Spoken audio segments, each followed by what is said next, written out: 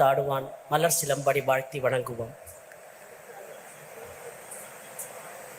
தருமை ஆதீனத்தை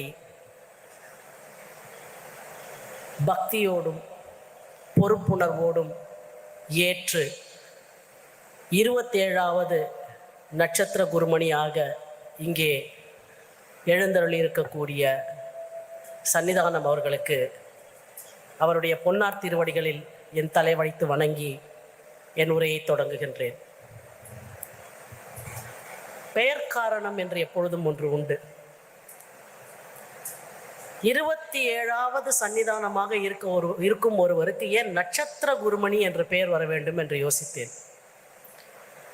26வது சன்னிதானத்திற்கு கைலாய குருமணி என்ற ஒரு பட்டம் உண்டு. 27வது சன்னிதானத்திற்கு கைலாய குருமணி என்ற ஒரு பட்டமும் உண்டு. நட்சத்திர குருமணி என்ற ஒரு பட்டமும் உண்டு. ஒவ்வொரு நட்சத்திரத்திற்கும் ஒரு சிறப்பு உண்டு. ஆனால் 27 நட்சத்திரங்களுடைய அத்துணை சிறப்பையும் ஒருங்கே பெற்றிருக்கக்கூடிய ஒருவருக்கு நட்சத்திர குருமணி என்ற பட்டம் வராமல் வேறு என்ன பட்டம் வர முடியும்?